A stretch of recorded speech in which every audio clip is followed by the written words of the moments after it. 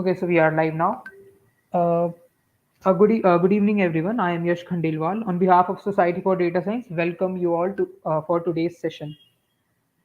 As you all know, that we Society for Data Science are a student community of data science enthusiasts, where students from broad majors share their common interest in the field of data science. We aim to bring more and more students an opportunity to explore and learn data science.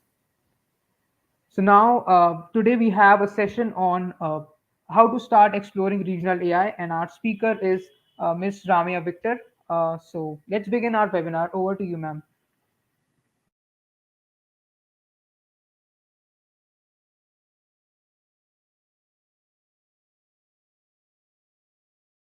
Sorry, your mic is off probably. Please switch on your mic. Thanks for letting me know. Yeah. So hi all, myself Ramya Victor. I'm a senior MTS at VMware as well as the city director for Women Who Code Bangalore chapter. So AI is something that I like to explore during my free time, and we do a couple of mini projects back with my group where we try to learn new things happening in AI ML. So today's talk is just a brief overview on regional AI so that you get to know there's something called regional AI and what exactly is there in it.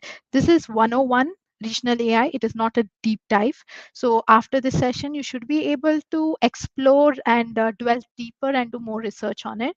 So let's get started with the talk. I will be stopping my cam and sharing my slides. So just bear with me for a sec.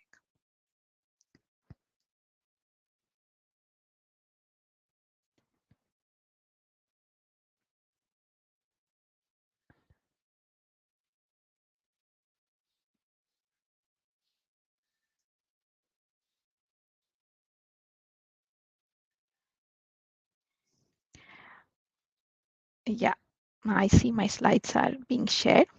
So let's directly jump to our session. So as you see, it's Explore Regional AI. So Pratik Bhasha Prasankaran is nothing but the regional name for NLP. So today's agenda, we're kind of going to delve into what exactly is NLP, what is regional NLP, and how can you get started with regional NLP, and what are some of the upcoming things that you can explore in regional NLP. So let us exactly see what exactly is NLP, right? Most of us might know, but just for the benefit of others who don't know, I'll just explore in a brief line what exactly is NLP. So NLP is also known as text analytics. So it is a field of computer science that basically tries to understand human language. It could be verbal, it could be textual, and it how it tries to understand is it uses a model or a program so that it can understand the human language and retrieve some useful insights. But by doing so, what is it going to accomplish? It's going to perform a particular task. So in a layman terms, it tries to understand human language using a model so that it can retrieve some useful information and perform some action accordingly. So that is what is NLP for you in layman terms, right? So if the definition didn't quite get to you what exactly is NLP, then probably this examples will give you a good idea is of the use cases of NLP. So you would have seen multiple applications of NLP in your life, but you might not know that the underlying tech is nothing but natural language processing. So the applications of NLP range from a simple text translator to advanced applications like the chatbot assistants that you see in most of the websites that you log in now. And it could be even such as an autocorrector, or it could also be a recommendation system. So beautiful example for that is you would have noticed when you log into Facebook, right? The advertisements that pop up for you are not exactly same as the ones that appear to your friends, because the logic behind that is called as targeted advertisement, where they monitor your social media activities, and using recommendations they kind of project only the targeted advertisements in which you would be interested in based on your history of the social media usage. So this is one of the good examples that we can correlate when we talk about NLPs. So along with this, the other examples are voice assistants such as Alexa or Google Home, and even email filtering, as simple as the spam email categorization that happens in your Gmail. So, and even sentiment analysis is one of the very well known applications of NLP. So, the use cases and applications of NLP are vast. So, it's very good to explore NLP and know more about it. So, I hope you were able to get a mapping of what exactly is NLP used for, having looking at this slide.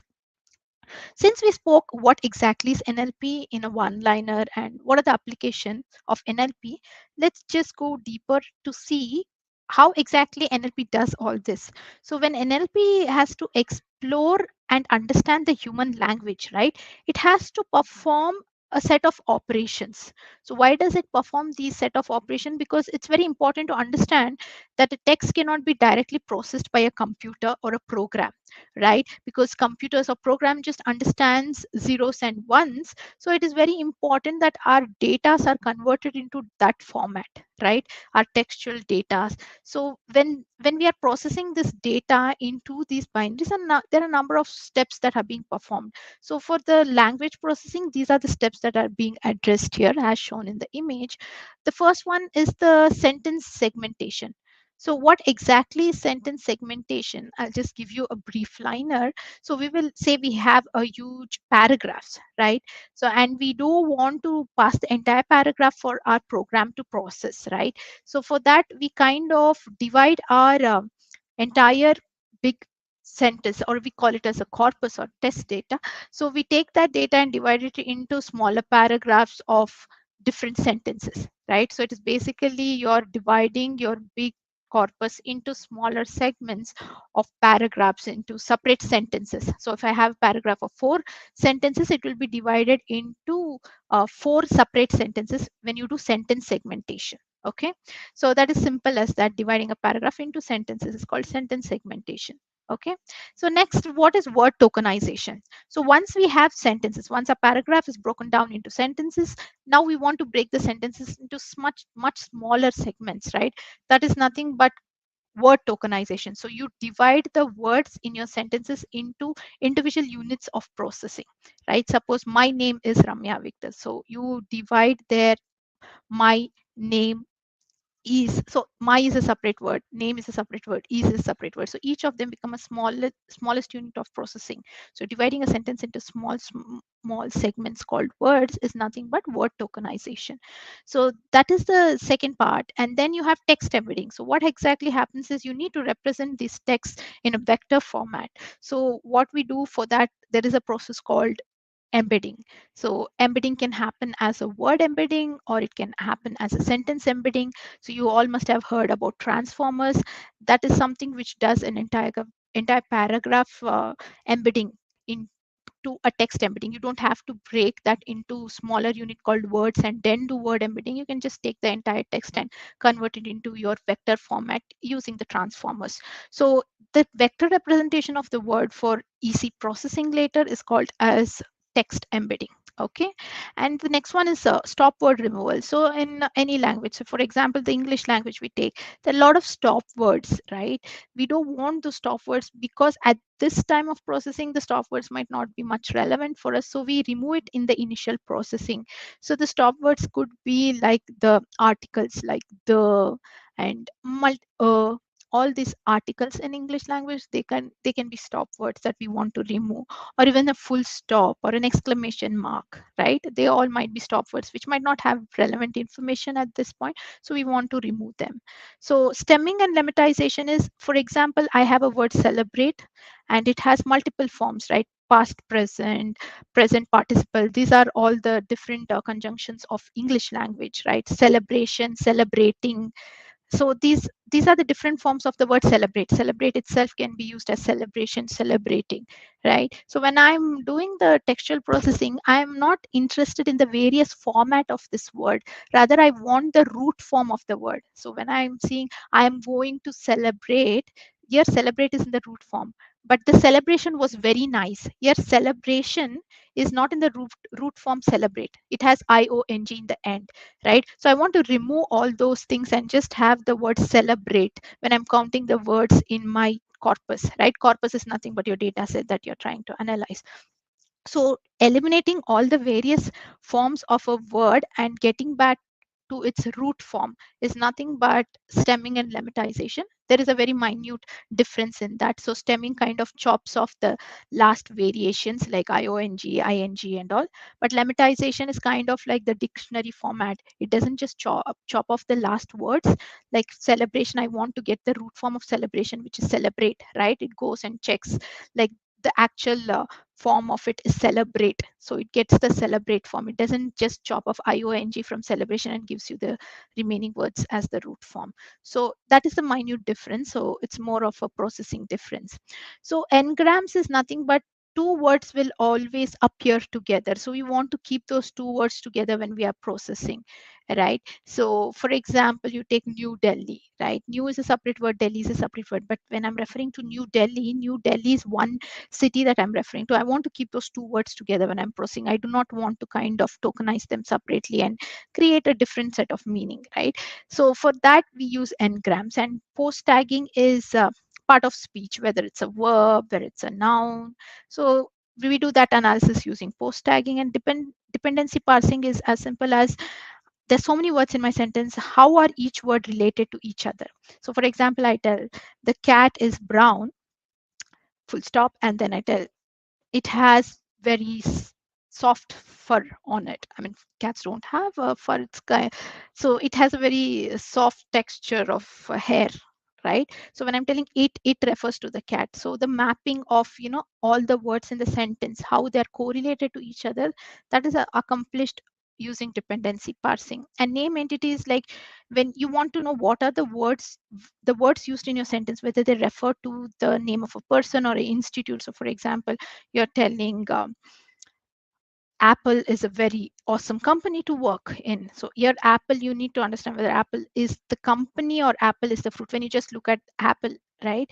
So the name entity recognition is basically used to correlate and understand whether the words that are there in the sentence are the named entity of a person, company, or a place. So these are some of the steps that are being used in NLP. So you might be wondering, I'm talking about regional NLP, but why are you talking about all this? So you'll get to it why I'm talking about all this when I just go a little bit further in my slides. So just bear with me. So now is the part where I'm going to talk about regional NLP. So the majority of the breakthrough and the state of the art frameworks that presently exist for NLP are majorly developed for English language. So I'm telling majority, I'm not telling all, because there are exceptions. So what exactly is regional NLP? Why do we have the need to have a separate subclass of NLP called regional NLP? So we human beings by nature, we are very diverse and we are multilinguistic, right? We speak different languages based on the regions we stay, based on the country we stay. So if you just look at the Indian subcontinent, as I've shown in the image, right?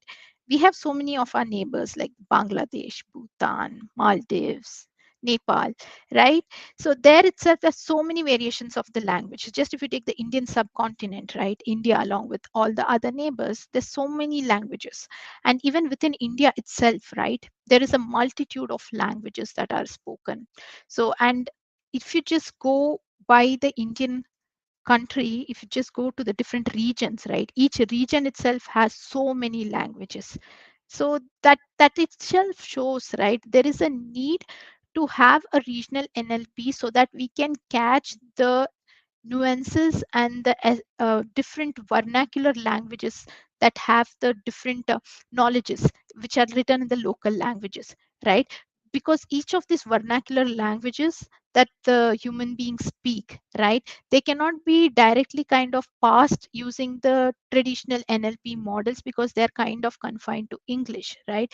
Because processing these vernacular languages that we as humans speak based on the locality that we stay is a little bit difficult. Why? Because these vernacular languages, they have a different dialects. They're not very similar to the English that we all know about, right? So that's why there is a need to have a separate class of NLP called the regional NLP.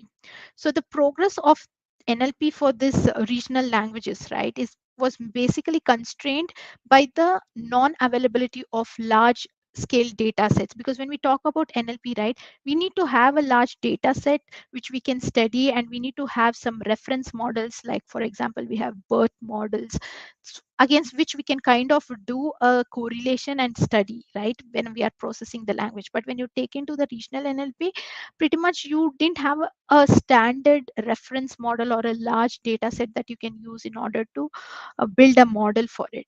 So that was the basic essence or need why many of the researchers started working on regional NLP, and they came up with various libraries to process this vernacular languages which cannot use the traditional NLP models, which are basically developed for the English language, right? So that was the basic essence, to have the regional NLP section for the NLP, so that you can understand the vernacular languages. So why do you have to understand the vernacular languages? Because the heritage and the culture and the history of that particular locality is captured in that local language. So if you want to kind of archive the traditional history and all of them in a faster way, right, if you had an NLP program that could kind of parse their text, say for example Karnataka Kannada text, it can parse and it can kind of archive all those data and store it. It is so easier, right? And if you want to develop any software, it would reach to that mass if it is there in the local language, right? Most of the people would start understanding and using it, and technology spreads to larger vast, even to the smallest of the person in that particular state. So these are some of the need why you need to have a natural language processing for that particular region. So having said that, right, we need to have a regional natural language processing. So next comes the challenge, right? Is it so easy to process the regional languages? Definitely not, right? There's some of the challenges associated with the regional languages. For example, the phonetics of a character, right, which describes the property of that character, like how the character sounds, whether the character is pronounced from the throat when you roll your tongue. So there are certain words in, say, Hindi and say Kannada, right? The way you pronounce matters. It otherwise it sounds different, like na and na. If you know Kannada, that is the two characters, right? Where the pronunciation matters a lot. So that's basically called the phonetics of a character, right? So you need to know how exactly the character is pronounced, right? And how it exactly sounds, right? So all those inference you should do when you're trying to process the regional languages, because see, the Indian subcontinental languages, right, if you take, they have very strong phonetics for their alphabets, right? So when you are doing an NLP processing of the Indian language, whatever library that you are using should capture all these aspects of the language. So it can capture these aspects of the language in a vector. So generally they use phonetics vector that is associated with each of the character, which captures the various properties of that characters. So all of this need to be accounted when you are doing processing of regional language. So that cannot be done using the legacy NLP models, right? Because they do not capture that aspect. So all these additional features had to be added in the NLP. So that's why it was good to have a regional NLP which tackles all of these things. So that is the another reason why people kind of move towards having a separate section. And another thing is the use case of regional NLP is slightly different. For example, we all know that translation is pretty common when we're talking about generic natural language processing. So translation is nothing but the one you can see in the yellow box. So there is an English sentence like, "We'll talk to you tomorrow." So translation is nothing that I say that my source language is English, but I want the exact meaning of this sentence in Hindi. So, kal aapse baat karenge, right? So the meaning is same, but it has translated it into a local language. This is translation. This is one of the common use cases when we generally talk about NLP. But when you talk about regional NLP, there is another addition to translation. There is one more use case that is more relevant, that is transliteration, right? What exactly it means? Say there is an English sentence like, "We'll talk to you tomorrow." Okay. I'm a person, I can read only Hindi. I understand English. Okay. but I cannot read English, but I understand the English words. I know to speak, but I don't know to read. So for me, if you translate this will talk to you tomorrow in my Hindi language, and when I read it, I can understand, oh, they telling will talk to you tomorrow, because I understand English words, but I just don't know to read English, right? So if you see that blue box, it tells, right, in Hindi it is written will talk to you tomorrow. The same English sentence is written as it is, but using the Hindi characters. So for a person like me who wouldn't know how to read English but understands the English words, for such person the transliteration is a very good example. So, right, this is one of the common use case for the regional NLP. So all these additional features should be added so that it makes good sense to have the regional NLP to be used by most of us and enhance it further, right? So having said that, what is NLP, why do we need regional NLP, and what are the few challenges, right, which are kind of being mostly addressed now, because regional NLP is not something which is kind of newly started, it's been there for some time.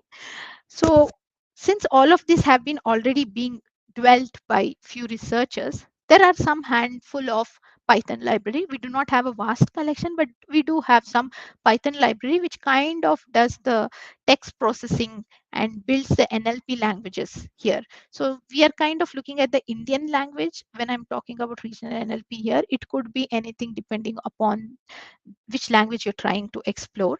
So here some of the libraries that you can kind of start looking at if you want to see how to do more research on NLP, which is confined to the Indian languages, right?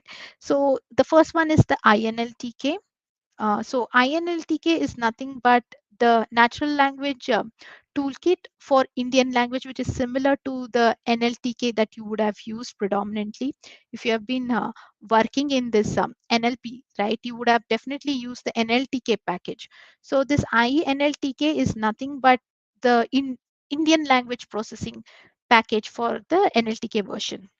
Okay, it is very commonly being used across multiple applications. Okay. But when you're trying to use this, there are multiple dependencies that you need to know, like it has dependency on PyTorch and all. So you will have to download the according packages to use this particular library. But once you just do export of this, it is very simple. It is as simple as just doing the NLTK package dot the function call, and it will process your Indian languages, right? And it is a very intuitive and easy API interface, because its corresponding NLTK Python package is very popular. So using the INLTK is just a variation of it. So most of them will be very comfortable using it. And as of now, INLTK supports tokenization, word embedding, text completion, and similarity of sentence, whether two vernacular language sentences or Hindi sentences, for example, are similar or not. So that also it performs. Then another one is Indic NLP library. This is also pretty famous. There is very good documentation on it, which you can explore. So this also deals on how to process the languages pertaining to Indian subcontinent. So it also supports normalization, transliteration, and phonetic analysis, like how I described earlier. And it also talks about the syllabification. So syllables are the individual characters. So it talks about that. And normalization, as most of you would know, normalization is kind of taking your big sentences. It if you take about regional languages, right, for example the Hindi, there are a lot of they call it as dirghas. So the writing way is slightly different. So, okay, they kind of cause a noise when we are doing processing of these languages. So how do you handle such noise in the data and kind of don't lose out the information of it? So that is called as normalization here. It is slightly different from the normal normalization when we talk. So here in regional languages, how do you kind of process the characters in such a way that the some of the language nuances are not lost, but yet you remove them in such a way that processing of the text becomes easier. So that is what normalization here talks about in the regional AI. And another one is the Stanford NLP. So that also deals most of the things like how we spoke about lemmatization, parts of speech. So these are some of the libraries which handle most of the things. But one thing to note is not all libraries are supported for all the Indian languages. So that is very important to note. So I will probably show you the brief examples of how you can use the Indic NLP library. So these are some of the functionalities that is being supported by the Indic NLP library that I can show you when I'm showing you my collab note. So as I said, right, all the languages are not being supported by the libraries that are being displayed over here. See, for example, if you see, right, you have the script information.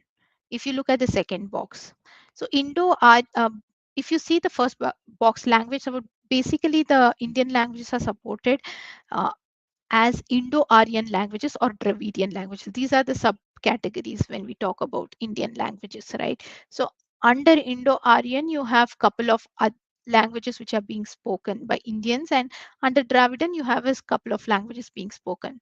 So when we are talking about regional AI, right, you'll have to take each of these languages and see which of the features are being supported. Say, for example, if you see the second box, right, in the second box, we talk about normalization. For normalization in Urdu language, there is no support that comes under an Indo-Aryan language. So for example, if you're processing Urdu text using the particular library, that is the Indic NLP library, right? Indic NLP library does not support normalization for Urdu, but it supports normalization for Hindi.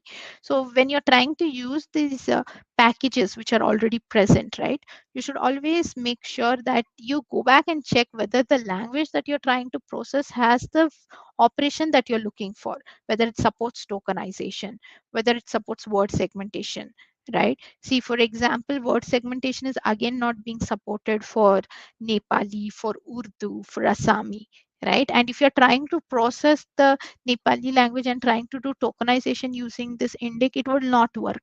So it is like wasting your effort, right? So first, always go back, check the documentation to see whether it is being supported or not, and then go ahead exploring it. So this is like a research oriented area. People are still exploring, people are still trying to do a lot of things. So it is one of the good areas to explore on what you can do more in this particular language. But this is a very good example table that you can always go back and check.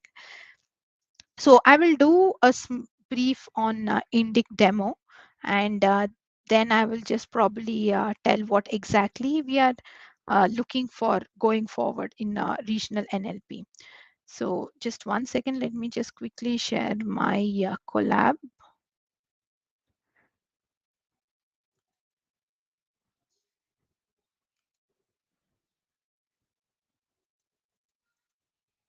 Okay.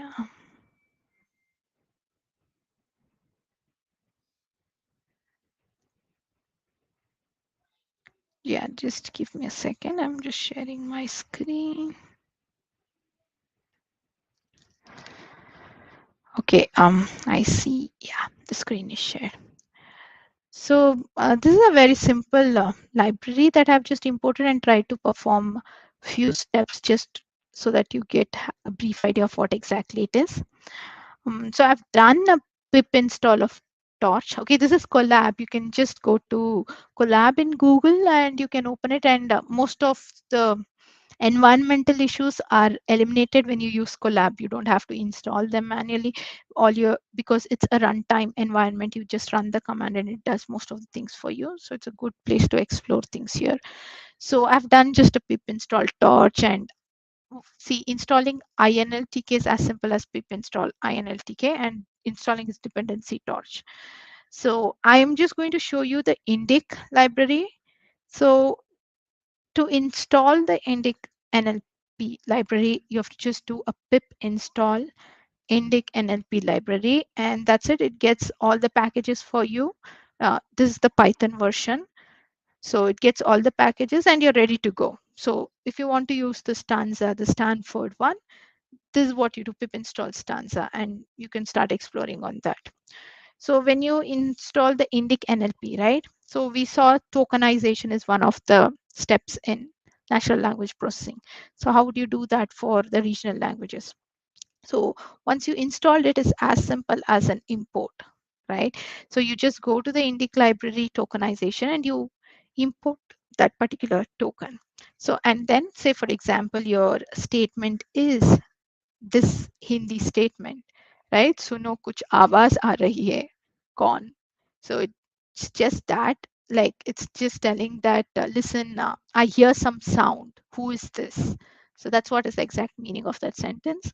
So that's the input sentence, and you want to kind of tokenize it. Say divide it into very small units of processing, which are nothing but your words, right? So for that, all you have to do is call the trivial tokenize and pass your input statement, right? And since you want to print each of the words that it returns, you just iterating it over a for loop. So once you do that, you just print and see, and it is like input string is this, and your tokens are the words along with the comma, and this is full stop in Hindi along with this and question mark, because we have not removed the stop words, right? We are just kind of tokenizing, just splitting the smallest unit of processing and printing it. So this is what you'll get for tokenizing. This is a word tokenization example, right?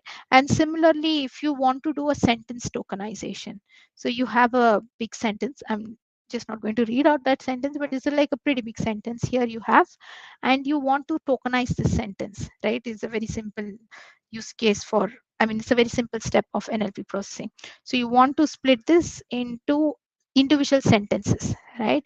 So all that you do is call the sentence split, which is a sentence tokenization function present in the Indic library. So you call that, but one catch here is you, because it supports multiple languages, right? And the full stop in the languages varies. Say, for example, in Hindi, the full stop is a line like this. If you could see, it's like a one, right? But for Kannada, it's a full stop. For Tamil, it's a full stop. So in order to divide a big paragraph into sentences, you need to know which is the stopping point of a sentence, right? For that, you need to know which language. Here, the need for the language comes into existence, right? Because if it is Kannada, then you will understand that, okay, the full stop, the normal English full stop is the stopping point for a sentence. But if you try to search in Hindi, right, you're not putting a full stop anywhere, right? Because in Hindi you're just going to put one line, that is the full stop. So when you're doing sentence tokenization, there is a need to specify the language, right? Because you should understand the stopping point. So that's why we are passing a parameter called lang equal to hi. So it is a keyword. For Hindi it is hi, for a different language it is a different word. So you need to refer to the documentation to know to pass which one. So hope you got to know why we are not passing language here, because for word tokenization, it's just going to see the spaces and it's just going to split the sentence, right? But for sentence tokenization, it needs to understand when exactly a sentence stops. So for that, it needs to know the language so that it can map that language to the full stop represented in that language. So once you do that, you just iterate it in a for loop and print all the sentences. So this is as simple as sentence tokenization. I'm pretty much showing it for Hindi. So you can kind of explore the other languages that are being supported in that particular library. The another one is detokenize. So sometimes we split a sentence into small words, right? But then we want back the sentence again, right? So that is nothing but detokenize, to be in a very simple term. So that detokenize is also a simple library that you can get from Indic tokenize. So you just get that particular function and call that in your statement, and it's as simple as that. It just detokenizes your string and you get back your string mostly. Okay, you get back mostly the same string. Why I'm telling mostly is sometimes if you, when you're passing your tokenized string, right, in case you don't kind of pass the exact words, if you don't pass this comma and all, so the detokenized string, you will not get the comma, right? It not be like formatted, it will be like it will miss out this. So for detokenize, it pretty much depends on what exactly you're passing, right? You need to, whatever initial sentence you have split, the same sentence you have to pass it, then you'll get back the original sentence. If you remove some of the stop words from your tokenized sentence and you try to pass it to detokenized string there, you will not get the original because stop words will be missing. So that's why I told you will get exact, you will not get exactly, you might get almost the same original sentence. So another thing is the transliterate, right? As we saw in the slide, it is nothing but translating the given sentence as is in the des- in the destination language that you have mentioned, right?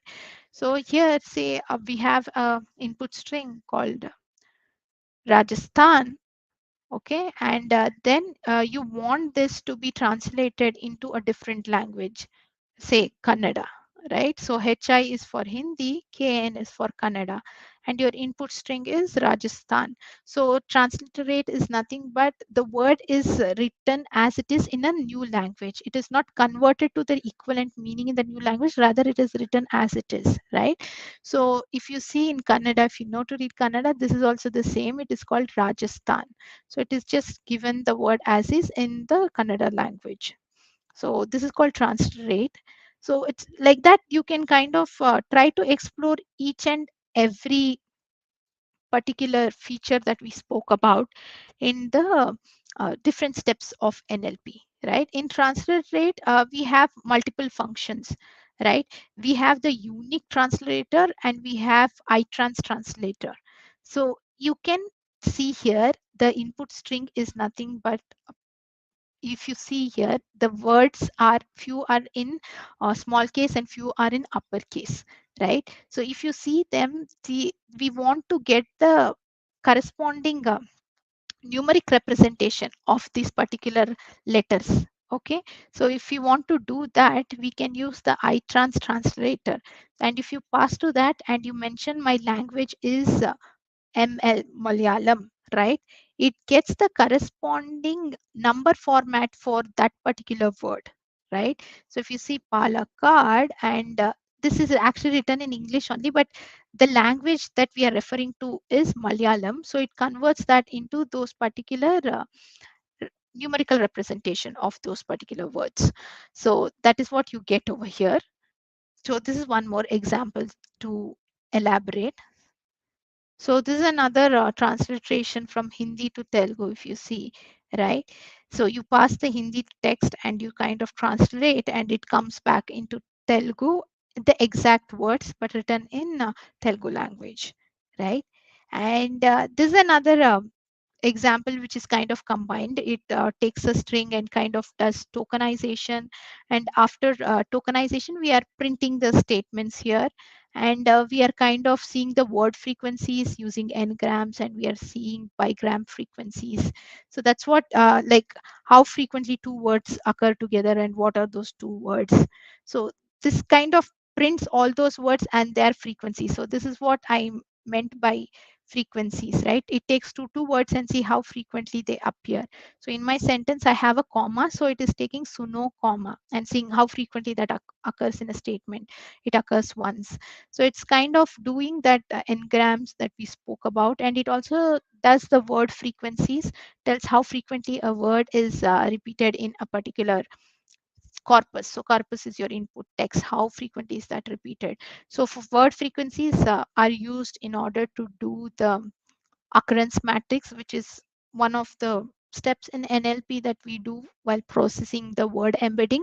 So their word frequencies are useful. So if you want to kind of do all those things for the regional NLP, these are some of the libraries that you can actually go back and explore by passing the languages that it supports. So you'll have to go back and check the documentation to make sure that you are using the right library for the right languages. So, and the other thing that I would like to show is that this is the hands-on that I wanted to show, and the last thing I wanted to show was in the slides. I'm just sharing my slides. Just bear with me for a moment. Yeah. So yeah, just one sec. So what we spoke about so many libraries and all those things, right? So you might have a thought that okay, there are so many libraries, but why aren't the existing libraries that is being mostly developed by, say, Google, Facebook. Why are they not catering to regional NLP? They are catering. So one such example is the multilingual representation for Indian languages, okay, which is a free and open source learning language tool, which was specifically designed for Indian languages, okay, and it was launched by Google in the year 2020. So what is its main purpose is it helps to build local technologies in the vernacular language with a common framework. Like for example, we know some of the common frameworks like the birth, right? So Google has trained this multilinguistic representation for Indian language. In short, it is known as Muril tool, using existing learning models such as birth, okay. So because it is trained using existing language, the its performance is better and it is well adaptable, okay. So other companies also are working towards regional NLP, and they're doing a lot of research in that. So I just wanted to kind of end my talk by giving you a brief on what exactly is regional NLP, what you can do with it, and what the big top companies are actually doing with them. So that should give you a good idea on how you can go back and explore more and try more things on regional NLP and kind of build some of the applications around them. But having said this, right? Yeah, regional NLP has one downside, that when you are developing some application, it's more confined to the language that you are developing, right? The Indian language, if you're doing it is more confined to Indian language, it might not be easily adaptable to the other languages. But having said that, if you look at the bigger use case, right, you want to kind of have applications developed for a vernacular language, so you're trying to accomplish that using regional NLP. Yeah, it cannot be easily used for the other languages unless it has been trained with it. That is one drawback. So there is a pro and cons. It is not always only pros or always only cons. So depending upon the thing that you want to accomplish, you want to build something for the vernacular language, obviously you are going to develop something only for, say, Indian languages, and you're going to accomplish it. Yeah, the con would be that it is not easily adaptable, say, for the other languages. So that is one thing that you have to keep in mind when you're exploring it. So on that note, I would like to conclude my talk and hope you had a good insight on what exactly is regional NLP, what exactly is happening, and how can you kickstart your journey into that. Yeah, so that's it from my end. Hope you had good time listening to me for almost 45 minutes. And if you have any questions, feel free to ask me. If I am aware of it, I'll definitely answer to it. If I'm not aware, I'll go back, I'll do my homework and probably update in any forum that is possible that would reach out to you. Thank you. Hello. Thank you, Ramya, for sharing your knowledge. We are grateful to have you. Thank you, Aditya. Yeah. I am waiting for anyone to ask question.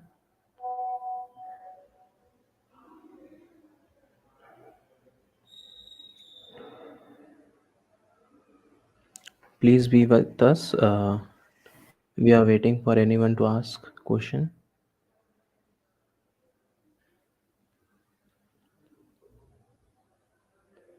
Yeah. Hello, Ramya. Yeah. We have a question. Mhm. So, what are word tokenization techniques? So you mean to tell the examples that are being asked? Can you just ask them to elaborate? Yeah, yeah, yeah, yeah.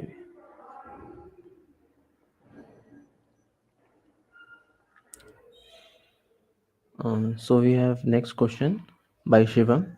The Mhm. question is, which among stemming and lamination is better to use in real world scenarios? So it completely depends on your use case, right? So stemming, what it does, as I said, right, it's just going to chop out the words in the end, right? If your use case lies more on just processing the language and responding to the customers, right? So for example, you're developing a chat bot, and your chat bot should understand everything that the customer says, and should get the complete context of the customer speaking, right?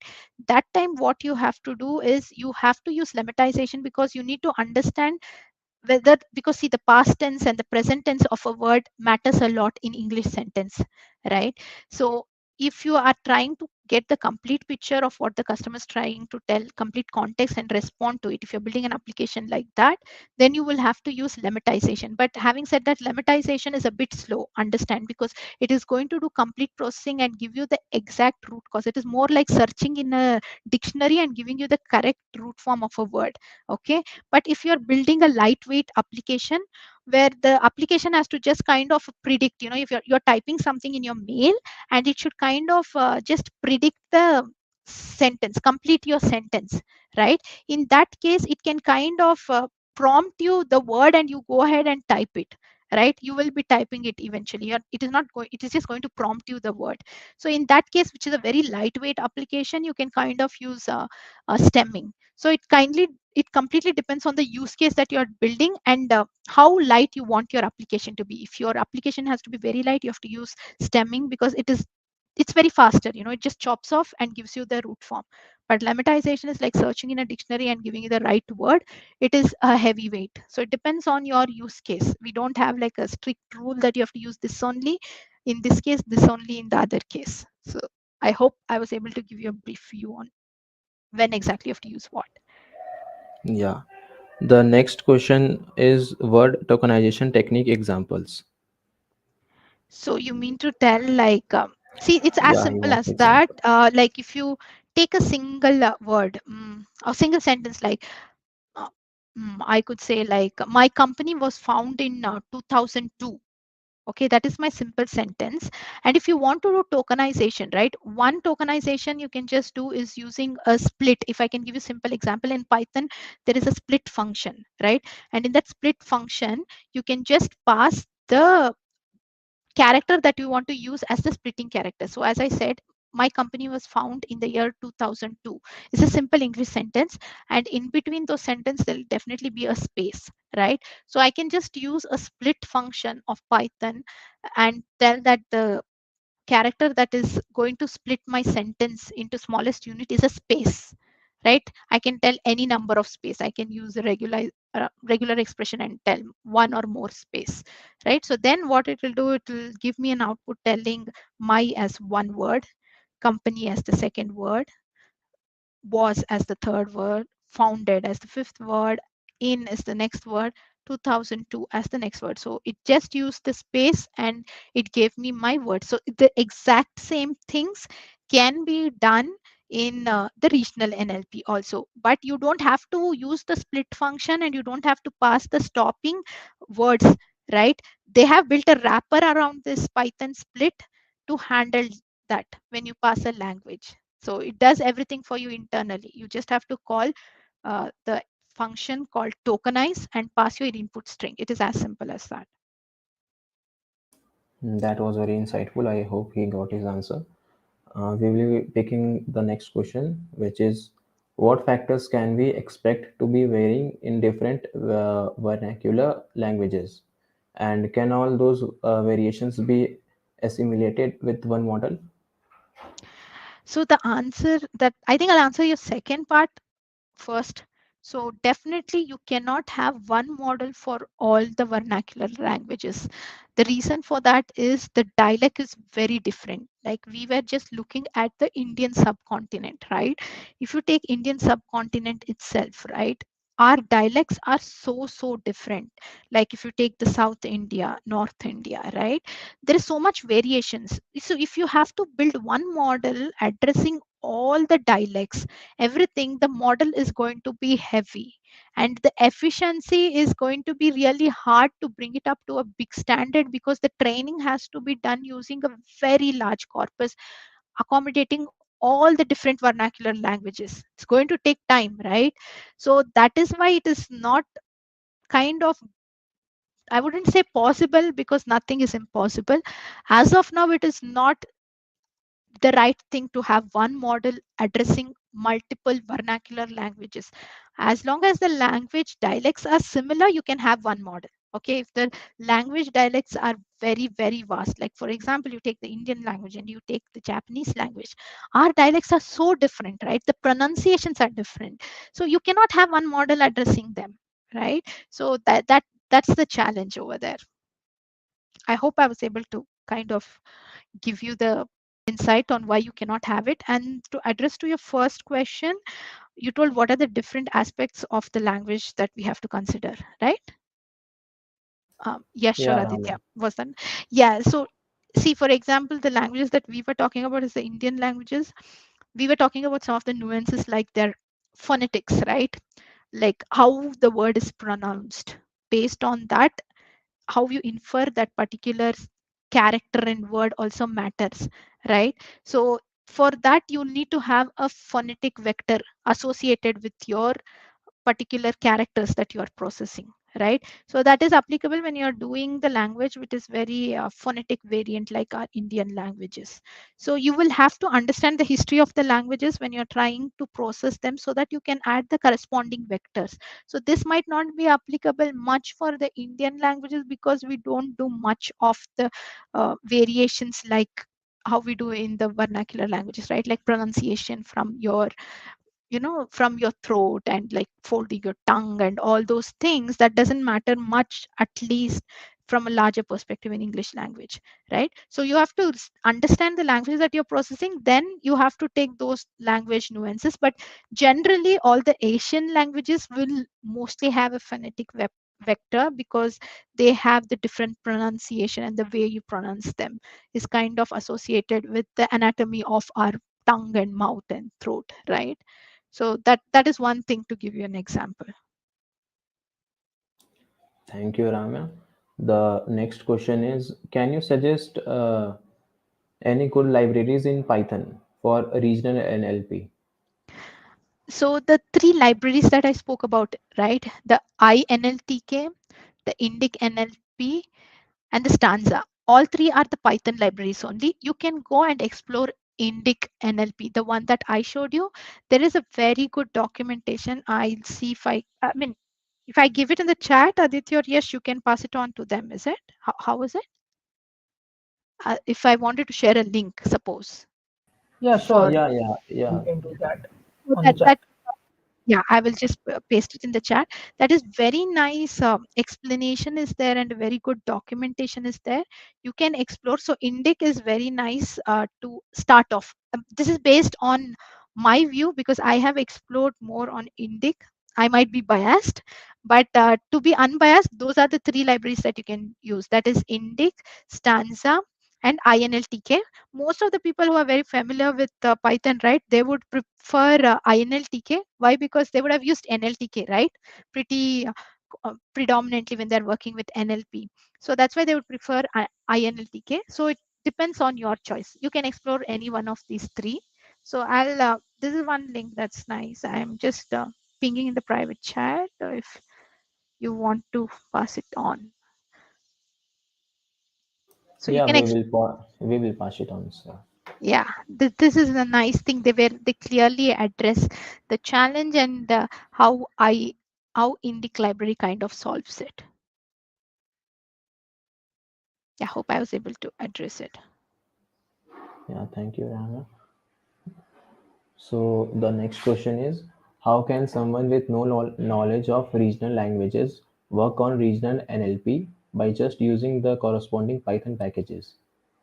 Isn't this domain knowledge required? Very, very good question. Okay, so the thing is, why we are having this Python libraries to reduce the burden at your end to implement things, right? So, for example, in tokenization, right? You internally, if you see tokenization, one of the tokenization implementation is using a split function in Python and passing the corresponding splitting character, right? So that implementation they have done and written a wrapper for it called tokenize, right?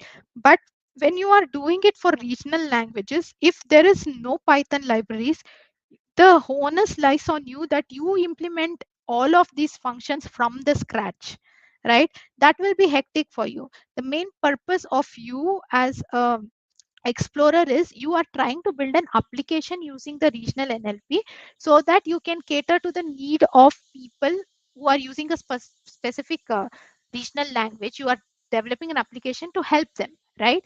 So your main focus and effort is towards the application development, understanding that your effort should not go in writing all the functions for your application from the scratch, right? It will take a lot of effort, right? So for that only you have this Python library. So the Python library are just going to reduce your burden of writing all the functions, like for tokenization, for word embedding, all those functions from scratch for the language that you're using, say for Hindi. But they are not going to remove the domain expertise that is still needed from your end. So what I'm trying to tell is these libraries are not going to give you the domain knowledge. They're just going to give you wrappers, but you still need to have the required basic domain knowledge, expertise when you are working with the language. No denial in that. Hope we were able to get the point, right?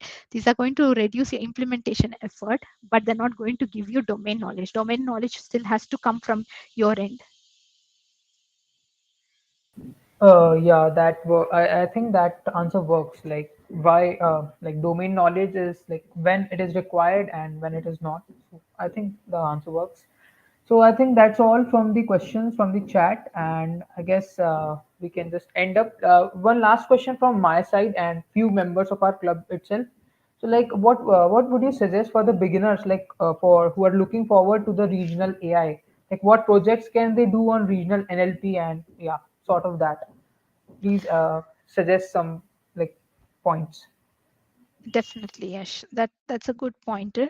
So to start off with, right, I would say that first try to understand generic NLP, right? We all know NLP, but we try to miss out the basic things of NLP steps, right? All the basic steps when you're processing a text, like the word embedding and the tokenization, right? And the name entity recognition. So all of this first try to understand with respect to English.